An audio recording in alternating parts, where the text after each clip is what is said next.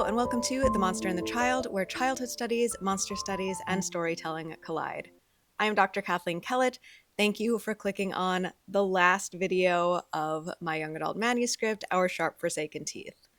If this is your first time clicking on one of these, then you're going to want to hit that playlist up in the corner, also down in the description, to start from the beginning, and the story is now complete, so you can listen all the way through. If you are back, thank you so much for sticking with this the whole way through, and welcome back. As you can see, I am in a temporary setup here. I just moved. My office is not set up yet. This is a ruse. Everything else around me is also extremely not set up.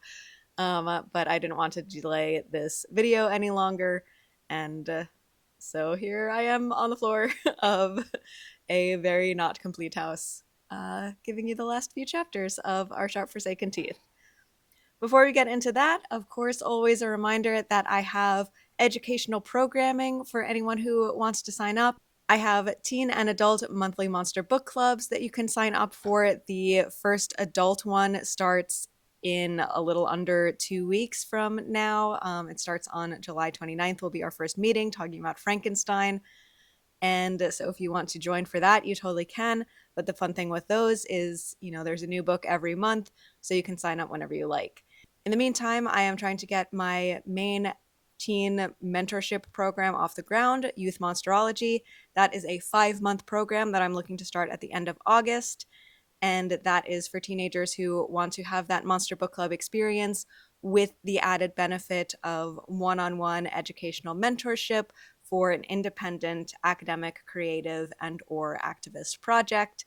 Something a little unique for the college and job applications, but also a good experience to connect with monster fans outside of a classroom setting. None of the work will be graded.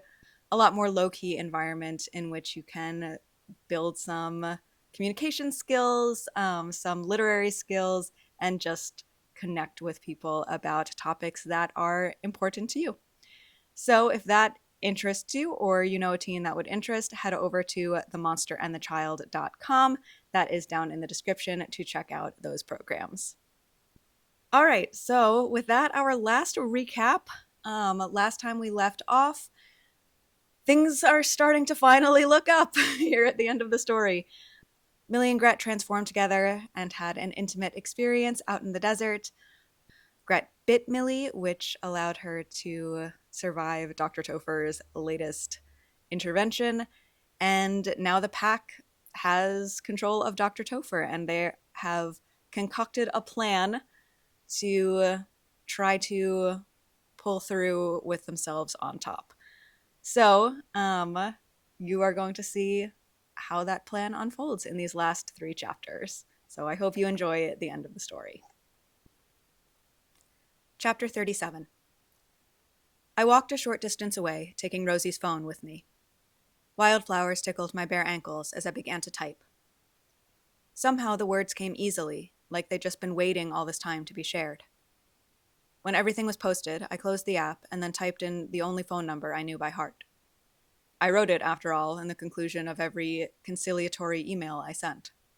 For more assistance from Equilibrium Pharmaceuticals, please call... Customer service, I chanted over the automated menu until someone picked up. Thank you so much for calling Equilibrium Pharmaceuticals, a monotone, deep voice said.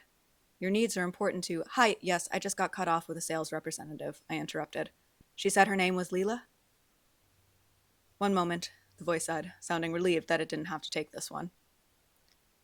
1 moment translated to 5 excruciating minutes of hold time, while I frantically hoped that EP didn't employ too many Leelas. Finally, I heard her voice. Good morning, this is Leela speaking. How may I help you today? A pause, then. Hello? Are you still there? I swallowed the lump in my throat and said, Hi, it's me. Millie? What's going on? Are you okay? Are you in trouble? I'm coming to the compound, I said. I'll explain everything. But first, could you do something for me? Of course, Leela said without hesitation, as I knew she would, because as much as we'd hurt each other, we still loved each other too. I hadn't known that was possible before. Everything about my life had taught me that hurt erased love. It was such a relief to be wrong. I rattled off the instructions Rosie had given me and waited for Leela to confirm they worked.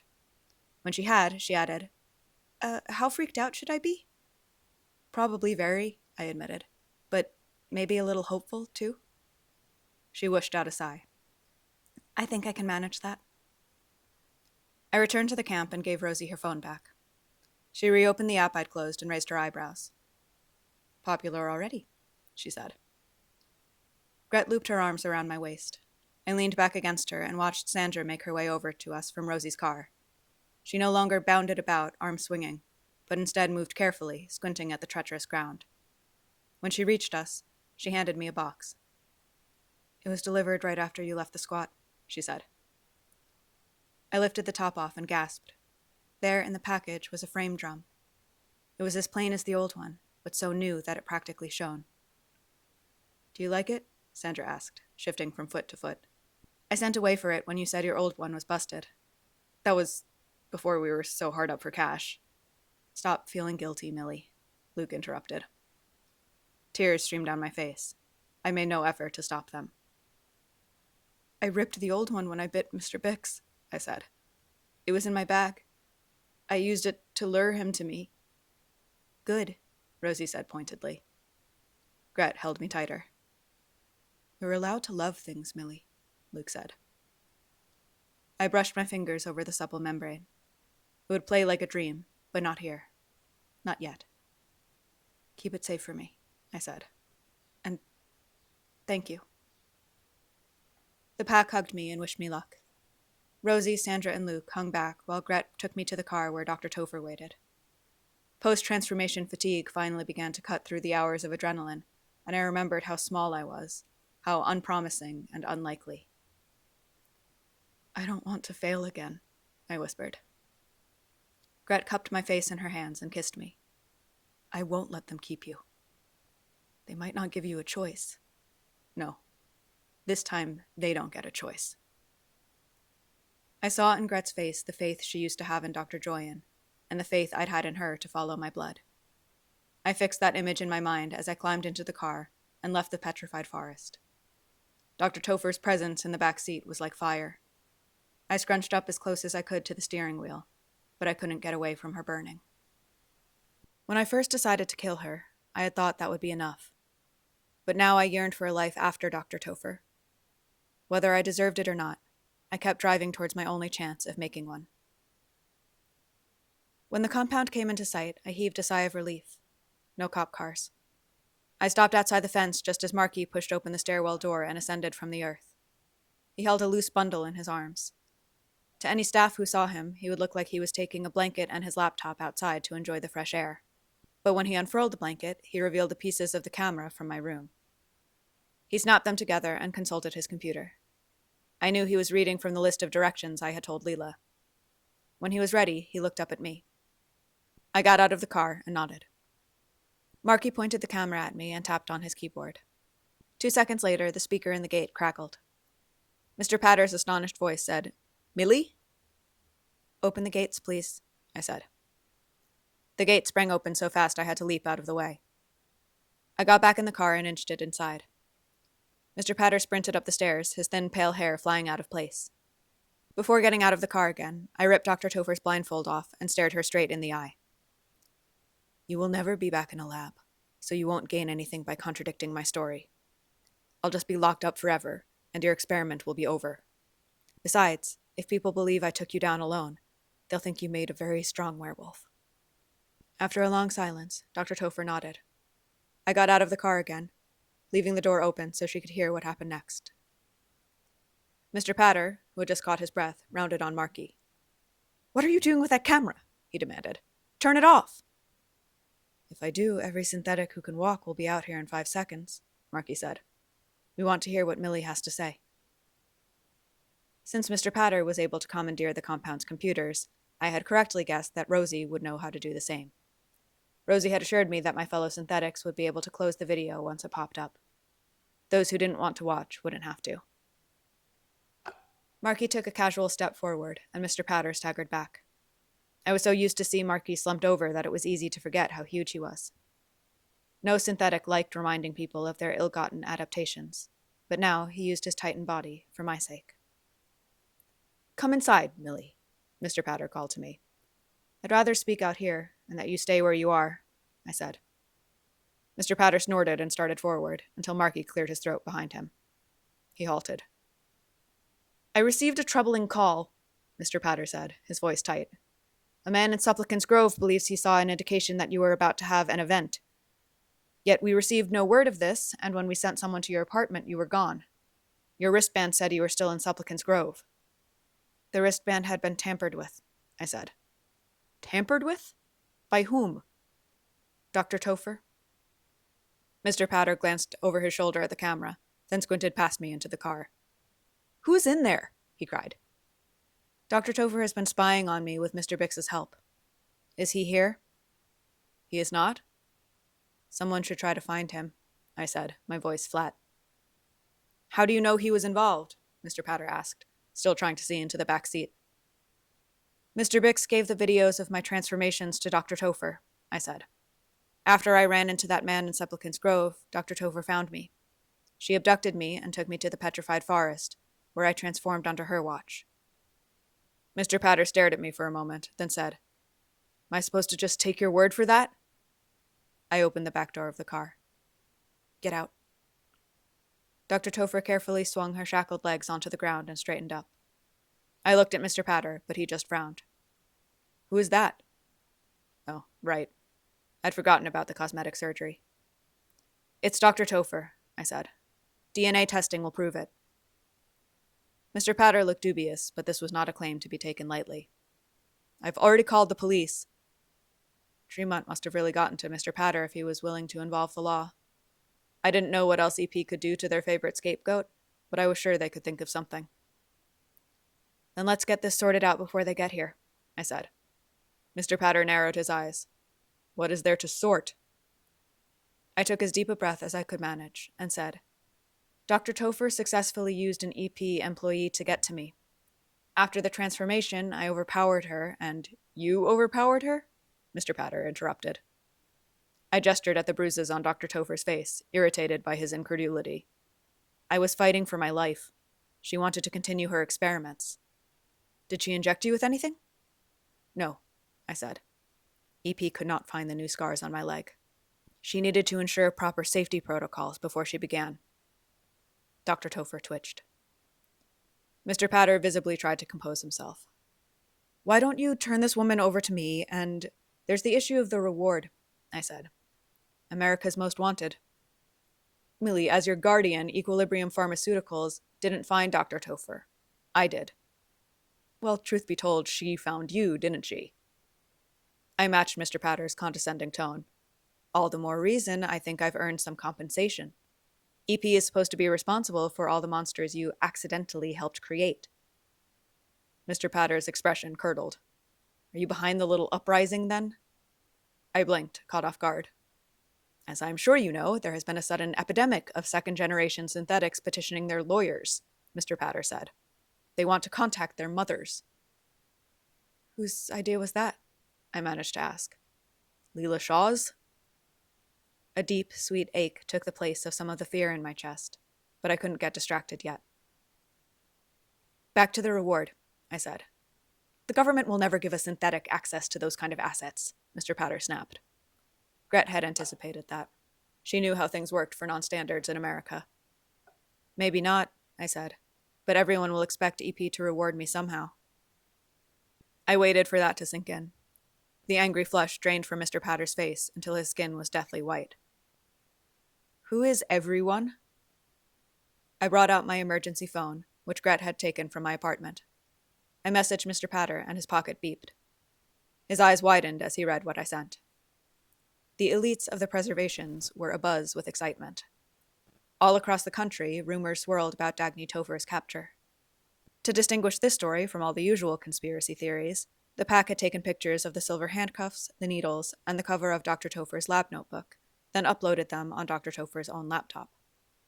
Several panicked State Department press releases denying any knowledge of the veracity of those photographs had already been issued, while the heads of state of several other countries, and more importantly, a handful of high-profile CEOs, had begun making their denouncements of American adaptationists with ominous undertones of distrust that this was simply a rogue agent and not a government-sanctioned warmongering project. The record would need to be set straight, and fast. "Don't worry," Greta told me when I'd fretted about international retaliation. "The government's good at denials, and this time they'll even be telling the truth." I had tantalizingly signed my name to these photos.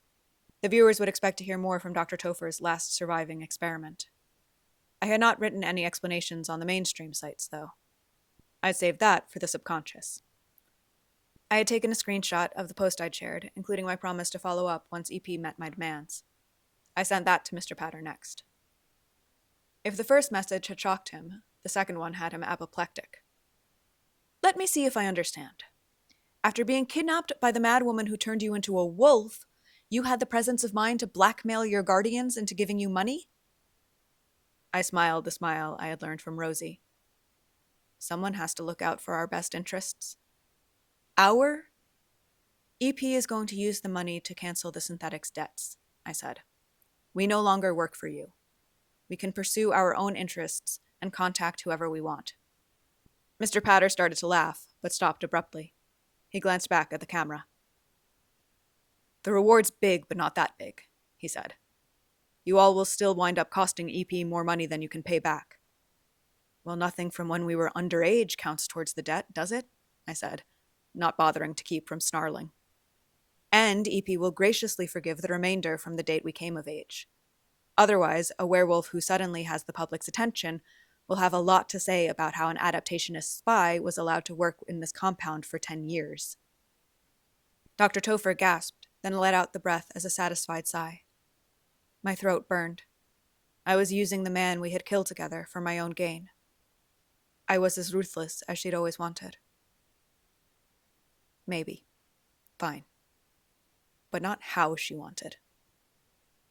Besides, I added, waving at the camera, the rest of the synthetics probably have opinions on the matter too. I stared Mr. Patter down until he looked away. One more thing, I said.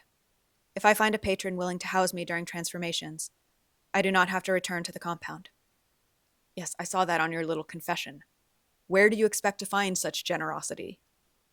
I'll keep you posted.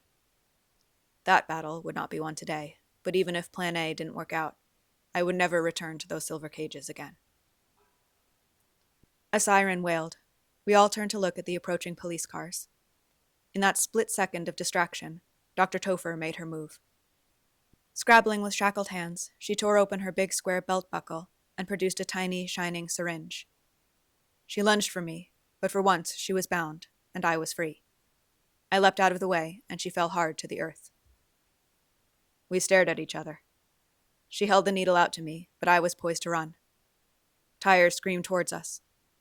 Dr. Topher could not catch me again, and I saw in her eyes the moment when that realization slammed into her. She cast one anguished look at the cars before punching the short needle through her own shirt and into her stomach. Opalescent liquid disappeared into her flesh. At first, nothing happened, but then my eyes saw a movement that my brain didn't understand. Dr. Topher was motionless, but her shirt pulled against her body as though someone tugged it tight from behind. She almost smiled, but the expression morphed into a mask of horror. Dr. Topher tore the needle from her stomach and clawed at the pinprick as though she could draw the solution back out again. She pitched forward, and I saw a horrible structure rising from her shoulders, soaking the back of her shirt with blood. For the first time in my life, I heard Dr. Topher scream. She could not stop what she had started. She couldn't finish it, either. All at once, Dr. Topher's writhing form went still and silent. Dazed, I tore the blood-soaked fabric away from her back. A web of gory bones extended from her shoulder blades, connected by torn ligaments and a few scraps of muscle. At the tip of one folded, fragile mass hung a patch of skin and 3 dark, quivering feathers. I wiped the blood on my hands on Dr. Topher's arms, the same arms that held me as a child. You were wrong, I told her. About everything. Chapter 38. The car screeched to a halt, and the police poured out. One grabbed me by the arms and dragged me away from the corpse. I let him, but I did not look away from the mutilated body until the cop forced me through the trap door. Marky and the camera had disappeared back inside the compound at some point. I hadn't noticed when. The fact of Dr. Topher's death crowded all other thoughts out of my mind. A part of me feared that, if I left the compound, the rest of the world wouldn't be there anymore. Bile rose in my throat, but I swallowed it back down. Dr. Topher wasn't the universe's maker, only mine. Worlds didn't end when one person died, no matter who that person was. Mr. Patter and I crowded into his tiny office with the police.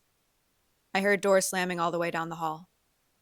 Synthetics were supposed to be grateful to the cops who had rescued us, but none of them had been gentle during the raids. "What happened here?" one of them demanded, glaring down at me. Where were all my lies? I tried to find them, but all I could see was Dr. Topher's body. "She's in shock, gentlemen," Mr. Patter said, his voice shaking. "But she told me everything before the fugitive did what she did. If you'll allow me?" The cop nodded. He looked relieved to be talking to a standard instead of a synthetic. I remembered my story as Mr. Patter recited it, with some edits. He didn't mention that I had put pictures on the subconscious, and he reframed my demand for the reward money as his own idea. More and more police showed up. They kept asking how Mr. Patter could have let this happen. Mr. Patter whined. "Everyone knows how much of a genius Dagny Topher was. She'd have to be to disable that monitor band we had on Millie." Rosie would like that. A half-hysterical giggle lodged in my throat, and I had to fake a coughing fit to clear it. "Maybe you wanted to work with this genius," a cop said, narrowing his eyes at Mr. Patter. "You can't like being stuck out here, can you?" "Don't be absurd," Mr. Patter spluttered. "You forget that I see the horror of these creatures every day. Why would I want to make more of them?" I clenched my fist, my nails digging into my palms. I was tempted to let the cop continue to falsely accuse my unwilling keeper, but Mr. Patter wasn't done. "It makes more sense to me, sir, if Topher was able to pull this off with more resources to evade, or be ignored by, law enforcement at her disposal. Perhaps state resources?" Oh, for the love of the whole forsaken world. Is this how all our wars had started? With men looking for someone else to blame? "She worked alone," I said firmly, finding my voice again. "She didn't trust anyone who wasn't a lackey she could control. If you find Mr. Bix, I'm sure he'll say the same." The cop and Mr. Patter glared at each other a second longer, but I could see the moment when both of them realized that my narrative, true or not, was better for both of them. Mr. Patter, I imagined, had also just remembered that EP had considerably more resources than the government, so his accusation to the cop could easily backfire. As bomb-struck as I still felt, it was all I could do to keep from rolling my eyes. After 2 hours of talking in circles, the cops finally dismissed me. Mr. Patter and I locked eyes. We both had the power to destroy each other, and we knew it. He had already been ruined once. Surely he wouldn't risk it again? I supposed I'd find out soon enough. Rubbing feeling back into my legs, I stumbled down the hallway. The doors were still closed, but I imagined I could hear breathing behind them. Dozens of synthetics were waiting to find out if their unalterable lives had, in fact, been altered. What would they do? What did they want to do? I knew so little about most of the people I'd grown up with. Mr. Patter had controlled us well. We'd done exactly what he wanted by separating into generations and sticking only by our closest friends. Maybe it had been necessary to retreat for a while in order to heal. But we couldn't block each other out anymore. If we synthetics were going to brave the real world, we'd have to be a pack. One thing at a time, I told myself. I slipped into Leela's room and ran into my best friend's waiting arms. Leela sobbed tearlessly into my hair. I dipped my hands into her tank and poured water over her arms and head as she clung fast to my neck. When she could finally speak, she said, "She's dead?" "Yes," I said. "I'm glad," Leela whispered. She let go of me and slipped below the water. The glass of the tank distorted her face, but her eeriness didn't shock me this time. When she reemerged, I asked, "You didn't see, did you?" "Only a little," she said. but I could tell from her voice that a little was enough. Marky shut the camera off before it really started. "I'll have to go thank him," I said. "He was perfect. You were both perfect." Leela reached down and took my hand. Her rapid pulse fluttered beneath my fingers. "Tell me what happened. All of it." I took a deep breath and began. "I came home, and there was this girl on my doorstep." I told her about the video and the comments. I told her how my body knew I was in danger before my brain would admit it, and how it transformed to protect me. I told her about the word marvel. I told her about the drum in the cage and the choice I had made. But there was more to the story than that. I told her what I could about Luke's careful kindness and Sandra's wild sweetness. As gently as I could, I told Leela that I knew the daughter of her adaptationist, but that she was nothing like her father. The pack all had secrets that weren't mine to tell, but I hoped one day all these non-standards, who had become so dear to me, would know and trust each other. I explained the way Rosie had stolen control of my wristband, and how there was a whole digital community of people who loved us for no other reason than that the rest of the world did not. I described the life gardens, how the pack had chosen to spill their blood to make the desert bloom, and how badly Dr. Joyan had let them down. I spoke of Mr. Tremont's callousness, the trees in the park, and the tarantula in the puddle. I admitted that I was coming around to the idea of second chances. I stopped then. The time had come to talk about Gret. I looked at Leela. We were best friends, fellow synthetics. We weren't supposed to be so different from each other. But that difference no longer made me feel less real. In this moment, with no idea of what would happen next, I was more real than I had ever been. Though my heartbeat was frantic at the idea of speaking, I was more afraid to hide this newfound realness for even a second longer. "The werewolf. Gret. I think we're in love." I told Leela a lot, but not everything. Some parts of my story were just for me. But I found I wanted to speak about real things, at least as much as language would allow. Not all of the real things in my life were as wonderful as Gret. I told Leela about what Dr. Topher had made me and what I had made Mr. Bix. That wasn't even the hardest part, because next I told her about the time I had spent trapped between forms in the lab, and how I'd done everything I could to disappear into my pain. I told her how I had come to believe that it was my job to pull Dr. Topher into that pain too, to break her into pieces the way she'd broken me. "But that's not what happened," I said, and then I told her the rest. Finally, I had only one last thing to say. "After I bit Mr. Bix, I thought that keeping everything a secret from you would keep you from getting hurt. But if anything had happened to me, that would have hurt you even more. My life is part of your life, and you deserve to know what was going on.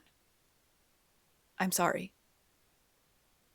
I looked at my bare hands and waited for her judgment. "When I was little, I used to sit at the very bottom of my tank," Leela said. "Dr. Guerrera and his team would get so mad that they couldn't reach me, but they never tried to pull me up. They just waited until I was too hungry to stay down anymore. After they brought us to the compound, I told myself that I was just a stubborn kid, that I was just, taking whatever tiny bit of control I could. But they were smart not to reach down into the water. I wouldn't need to be strong. I'd just have to hold onto their faces long enough." I stared at her. She pressed her rapidly drying fingers against my hand. "I don't like being mad, so I try not to be. But I didn't mean to make you feel like you were the only one who was, or to feel like that made you bad. Do you think we all want it? Millie, yes." Leela almost laughed. "How could we not?" Her smile dropped. "Did you really think I'd hate you because you bit Mr. Bix?" I shrugged helplessly. "Aren't good people supposed to hate violence?" Leela waved her hand like that was a rhetorical question, even though it wasn't. "He was creepy and mean, and he was working with an adaptationist. He wanted Dr. Topher to change him, so it's his own fault he's dead.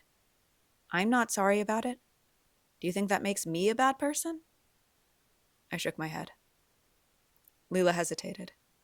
In a quieter voice, she asked, "Do you think I'm a bad person because I lied about our parents?" "No," I said. "I wish you hadn't, but I get it. You didn't want to think about it." I hesitated, then blurted out, "I was so horrible to you, not talking to you and what I called you." Leela blushed. In the light of her own glow, her face looked burned. "I didn't mean it," I pleaded. "You're brilliant, Leela, making Mr. Patter let us talk to our moms." She looked away. "I couldn't tell if you thought that was a good idea." "It's amazing. What changed your mind?"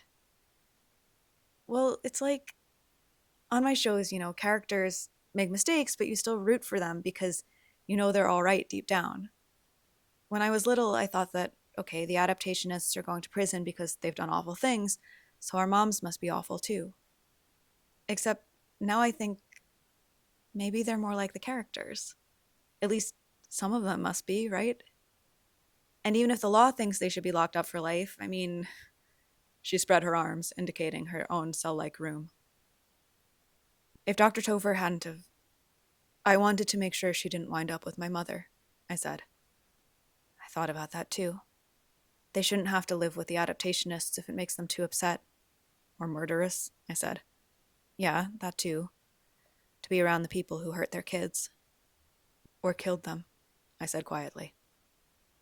Leela made a little gasping noise, then ducked under the water and stayed there, her back to me. As her best friend, I should have known what she was remembering, but I didn't. Supplicants Grove hadn't created this gap between us. Our fear and grief had, and we'd only widened it by pretending it wasn't there. I couldn't bridge it alone. I held my breath, waiting. Finally, Leela resurfaced. "Or killed them," she agreed. The tremor in her voice betrayed how hard it was to speak of her own lost lab mates. She blinked her red eyes hard, then fixed them on me. Dr. Topher could have killed you too, and I wouldn't even get to go to your memorial. I'd just be the last one in the tank again." Again? I'd always imagined Leela isolated, as I was, once the changes really got underway. But had she shared her space with her fellow subjects? Had they died around her? Leela's eyes were wide, as though she just realized what she revealed. She shook her head slightly. She wasn't ready. She didn't have to be. "I'm so sorry," I whispered. She nodded, then said, Do you think they know that Dr. Topher is dead? The ones who died? Do they know she can't hurt anyone anymore?" "I don't know," I said slowly. At memorials, Mr. Potter always talked about how there was peace in death. About this, at least, I hoped he was right. Leela kissed the top of my head and dunked under again. When she came back up, she asked, "Do you really think we'll get more freedom?" With more confidence than I felt, I said, "Mr. Patter doesn't want EP obliterated, and the government won't either. Way too scandalous. Plus, then some foreign pharma company would start getting all the money. So I think the police will keep Mr. Bix's involvement quiet as long as they're paid off. We should at least get the same courtesy. And blackmail is great leverage to get us the right to talk to our own moms." "Our moms are standard," Leela said softly. I didn't have to answer that. We both knew we might not be wanted. Leela bit her lip, then lifted her chin. "But even if only one of us has a good mom, they should still get the chance to talk to her." I could hear how scared she was that her mother would be cruel. Impossibility was safer, in a way. Possible dreams could turn into nightmares. Still, Leela dreamed.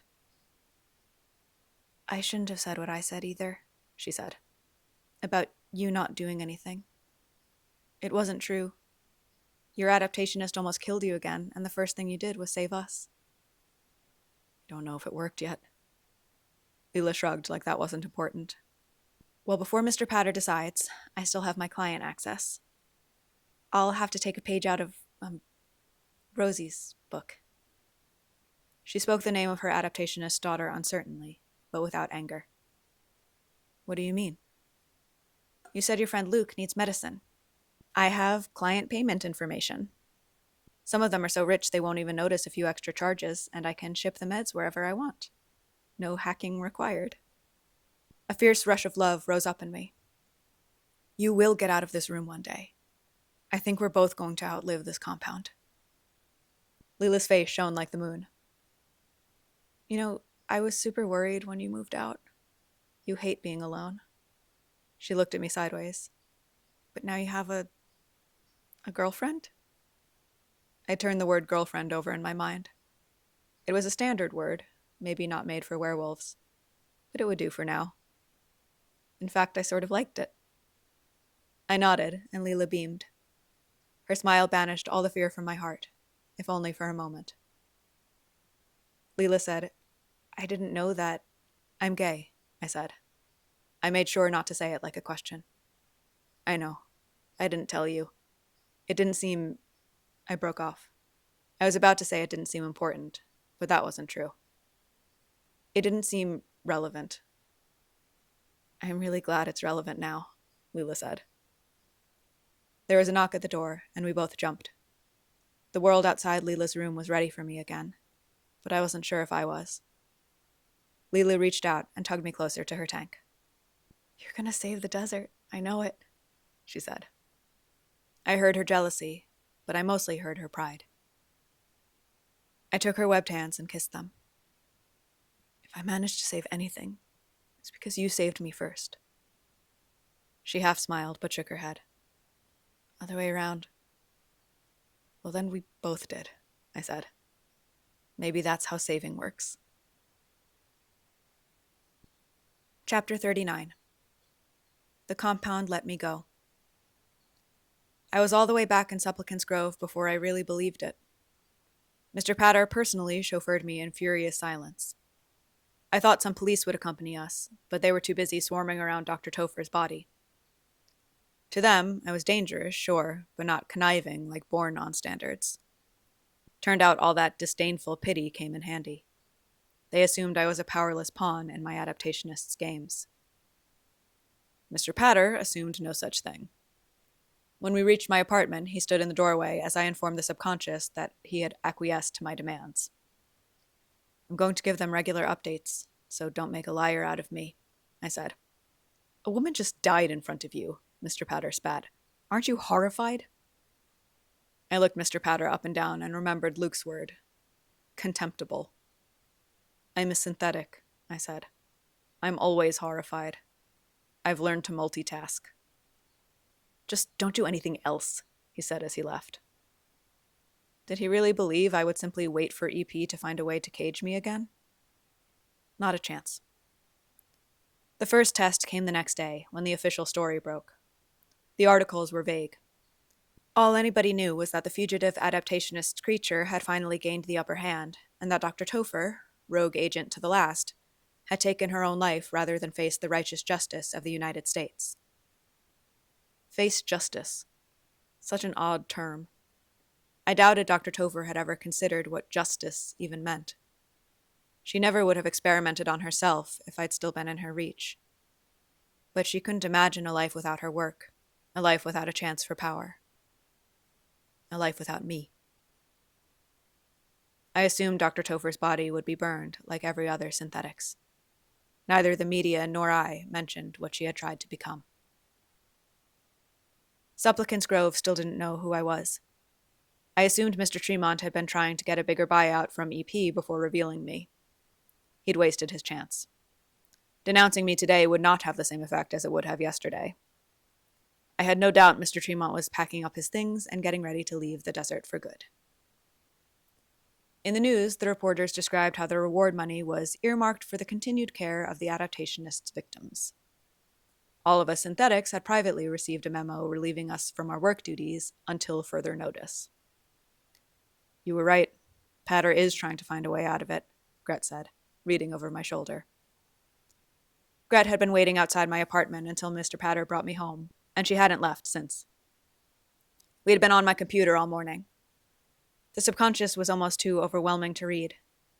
It would take a while to sift through the anonymous messages of support to see if, going forward, there were people who could provide tangible help for me and my packs. For now, it was enough to know that there was an invisible nation who had not forgotten about the synthetics. As for the rest of the country, some people seemed sympathetic to my plight, but not all. One commenter wrote, "That synthetic never should have been outside a protected facility in the first place." I didn't know how many people in Supplicants Grove felt the same way. Liberating the synthetics hinged on assuming the worst of Mr. Patter, but my next plan was much riskier. This time, I had to bet on people's best. There was a knock on my door. Gret and I both tensed, and I felt the prickle of hair on her palms where they rested on my shoulders. "It's me," Rosie called. We both exhaled. Gret let her in, and Rosie dumped a bunch of whiteboards onto my lap. "Any cops following you?" Gret asked. "Not following. There's one loitering across the street, presumably in case Bick shows up," Rosie said, her voice rough. She settled her sunglasses on her head, revealing dark circles beneath her eyes. Her lips were swollen and raw. "Where'd you get the whiteboards?" Gret asked. "The high school," Rosie said. "No one even asked why I was there. You'd think they'd notice a new kid." I picked up the whiteboards. "Give me a minute?" Rosie and Gret left my apartment. I ran my hand over my thigh, trying to draw strength from the wounds. EP could never know the truth about what happened to me. I would have to run from them all my life. So I figured I should run toward something, too. I began to write. I erased and started over a dozen times, smudging my forearm black. I had been made with silver and needles, and I had remade myself with teeth. Now I wrote it all in erasable ink, changing whatever I needed to. For too long I had based my conclusion about myself on Dr. Topher's hypothesis. But that was bad science. The conclusion didn't come from the hypothesis. It came from the results. I touched my scars again. There was a part of me now that belonged only to Gret. There was a part of her, too, that belonged to me. I did not write that down. It was werewolf stuff, too new for words. No one else had a right to us, no matter how many other secrets I exposed. I filled 4 of the whiteboards. As I read them over, my laptop beeped. There was a message for me from Leela. "Break it back." I left my apartment. The pack was waiting for me at the base of the stairs. I glanced across the street at the suspicious cop. Rosie had her back to him, with her hair and sunglasses obscuring most of her face, but she smiled wryly when she saw me look from him to her.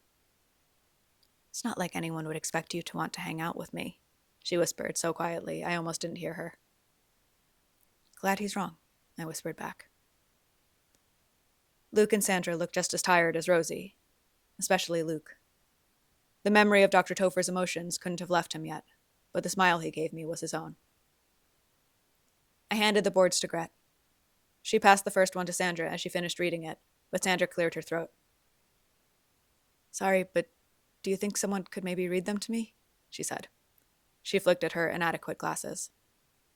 "It's that bad then," Gret said sadly. "I just don't want to strain," Sandra mumbled. Luke bowed his head, but rallied quickly. "Give them to me. Sandra may be the singer, but I have a great speaking voice." Sandra smiled a little. "You have, like, a computer-generated speaking voice." "I know. It's very soothing," Luke said. He looked at me for permission, and I nodded. He spoke only loud enough for the pack to hear. The whole thing sounded so feeble. Small, sad story. Small, sad request. But it was more than I'd ever said. More than I'd ever asked. When Luke was finished reading, Rosie spoke without a trace of her usual drawl. "It sounds great, Millie." "Just needs musical accompaniment," Sandra said. She reached into her bag and pressed the beautiful, unused frame drum into my hands. "I thought you'd probably want something to do while everyone's staring at you," she said. "Just promise a repeat performance when you come back, okay?" I did promise, hugging each member of the pack in turn. When I came to Gret, she shook her head. "I'm coming with you," she said. "But everyone will look at you," Rosie said, alarmed. "No one knows me," Gret said. "My last registration photo was taken when I was 11, and I didn't have such cool hair back then." "Gret, you shouldn't," I started, but Luke held up his hand. I should advise you that arguing with Gret would be extremely useless right now, he said. It would, Gret agreed. What could I do but take her at her word? Gret held the whiteboards under her arm while I cradled the drum. I hadn't played in so long, but I already knew the rhythms I wanted to try. And now that I had a second chance at being a drummer, maybe I would expand my horizons.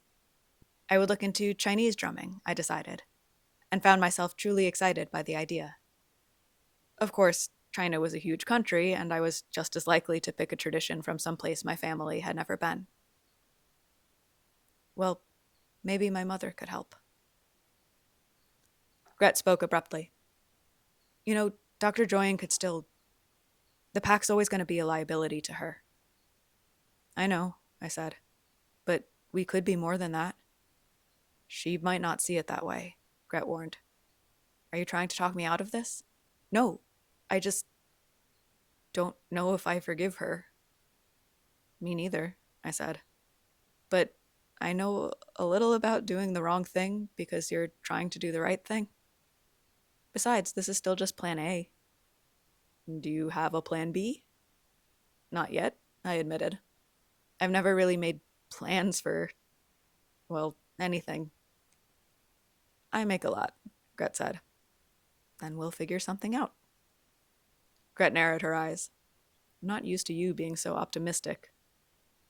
I kind of proved my own pessimism wrong a couple times lately, I said, thinking I didn't close the clamp. It had become something of a mantra. You're not nervous? I'm so nervous. Gret spun me around and kissed me hard and quick. She was walking again before my brain re-engaged.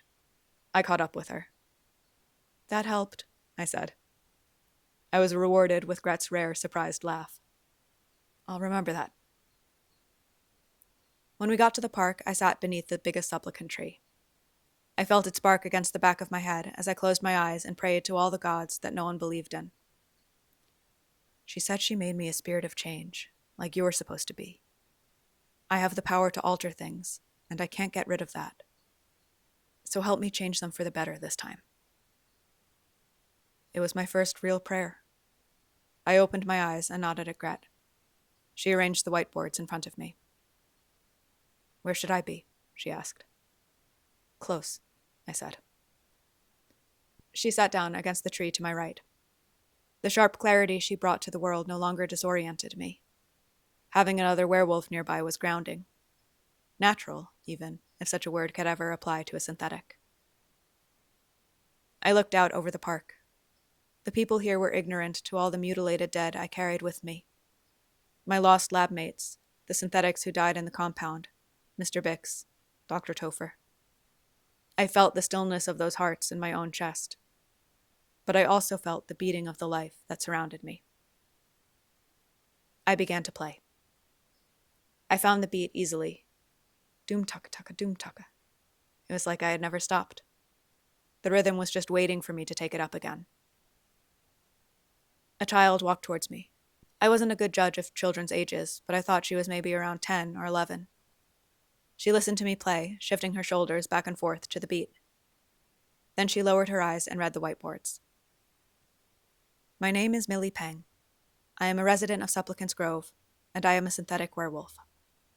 Dagny Topher experimented on me until I was 7 years old. My custody was transferred to Equilibrium Pharmaceuticals. Dr. Topher tried to take me back, but she failed. While in Supplicants Grove, I learned about Dr. Joyen's life gardens. Carl Tremont, a prospective donor, discovered that I am a synthetic. Because of what I am and my brief acquaintanceship with Dr. Joyen, Mr. Tremont decided not to fund the Life Garden project, even though Dr. Joyen never took samples from me. I do not want to be the reason your community suffers. I did not harm Mr. Tremont or anyone in Supplicants Grove, and I never will.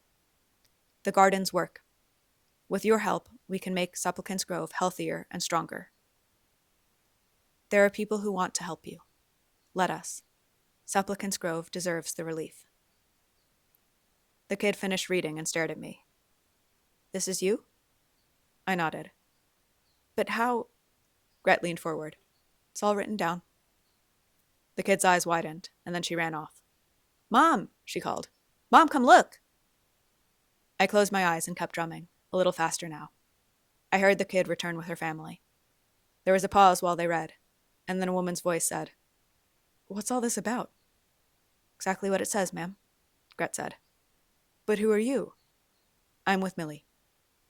I kept playing. I didn't miss a beat. I started to add some flourishes. "She's good," the kid's voice said. "Is she even allowed to be here?" the woman asked. Gret said, "She's a legal resident. You can check the town records." The kid piped up again. "What are life gardens?" I heard footsteps approaching. 2 more voices spoke out, then 3, then 4. Calmly, Gret explained the science behind the life gardens, leaving nothing out. I listened as a non-standard explained the beauty and promise of her own cells, a promise that even the age of stasis could not break. We both knew it was the last time Gret would be able to speak publicly on behalf of the work she so believed in. She and the rest of the pack were still unregistered. Like Rosie said, they'd have to remain behind the scenes. For now. Like Rosie also said, she was a hacker, and she wasn't the only one. Non-standards across the country knew my name now. If Dr. Joyan turned us away again, the subconscious could help my pack write new lives. All we had to do was dream them up. Gret finished her explanation of the gardens. Everyone started speaking at once. "That seriously works? That's disgusting. But it works? We wouldn't have to pay for shipping? The food actually grows here?" "Yes," Gret said. "It grows." The people were silent. My fingers flew a little faster, a little surer. An angry voice spoke up. "Forget all that. We can't have armed freaks living here. She's not safe." Another voice agreed. This was what Mr. Patter had always warned. If people knew what I was, then no one would want me to stay. Some of them might try to hurt me. "Don't be mean," the kid snapped. "My daughter's right," the mother said, though she sounded less sure. "Didn't you see the news? This girl was just kidnapped again, but she's trying to help us." Quietly, so that only a fellow werewolf could hear, Gret breathed, "Yes. Yes." I drummed and drummed. A few more people joined the argument, and it began to tilt in our favor. Supplicants Grove was poor and abandoned and sick of it.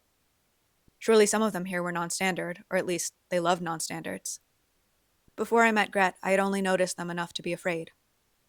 As my life had been hidden from them, theirs had been hidden from me, too. I didn't want that anymore. If my heart had to bleed for all who suffered, and I knew it always would, then I should at least allow myself the pleasure of knowing them, and loving them, too. There were about a dozen people gathered around me now, just enough so that I didn't notice when one left until they returned with someone else. "What's going on here?" Dr. Joyan's voice said. Questions exploded from the small group of onlookers. "Is it safe? Can we really survive on your food?" They also asked, "Why would you work with her? Are you using tainted samples?" Dr. Joyan said, "I have not used any samples that have undergone prior genetic modification."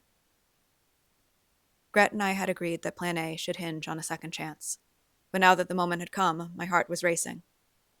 Would Dr. Joyan denounce us? Would she deny the truth we told about her work?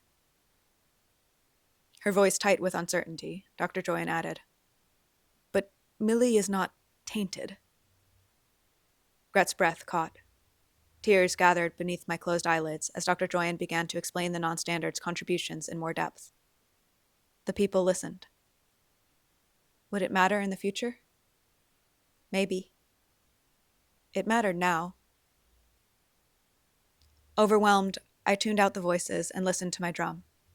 I threw myself into the music, and the rhythm filled my heart to bursting. But I didn't burst. I grew. How had I ever believed myself small? I was as bright and boundless as the petrified forest. I had a girl body, a wolf body, and a drum. I had Gret. And if the spirits of change had truly left us, it didn't matter, because I had a spirit of my own. Once it had shattered, and parts of it would always hurt. But my scar tissue stitched me back together into something vast and uncaged. I was bigger than the compound, bigger than Supplicants Grove, bigger than the whole desert.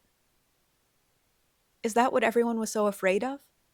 That our own human spirits were too big for the little shards of the broken world? Maybe they feared we'd have no space for ourselves unless we became small and silent. I refused to believe that anymore. We forsaken creatures belonged here in this beautiful, forgotten corner of the planet. We would make room for one another. My drum called out to the crowd. Join me, it said. Maybe we can't save everyone, but oh, why miss the days when we feel like we can? That's the end of the story. I'm getting emotional. Thank you so much for allowing me to share it with you. This has been really wonderful. Anyone who's interacted with these videos at all, this story has lived with me for a really long time. I started working on it over 10 years ago. Yeah, over 10 years by like a lot. Probably like 13 years ago. And it's been through tons of iterations, tons of drafts, written and rewritten many times. Never sold, but I figured, I have this platform now. Let's see if anyone's interested. And you guys who have listened have really this has been just such a wonderful part of the year. Such a wonderful thing for me to get to share this work. And thank you for that. I would love to hear your thoughts on the ending. I'm hoping now that this is over, and also now that, when I started this, I didn't have an intro, I didn't have a microphone. So I still only have, these dinky little things, but I would love to, at some point, maybe record a proper, kind of like full audiobook file, re-record some of the not quite as good audio quality videos. That will be, not immediate for obvious reasons of I just moved and have a lot of other stuff going on. But this is not the last you will see of this story. Let me know if anyone would be interested in like a physical copy. I can look into self-publishing things. Yeah, just this hopefully is step one in this story's future, and it's been wonderful to share it. So thank you again for listening to our sharp forsaken teeth. I will see you soon for more monstrous food for thought.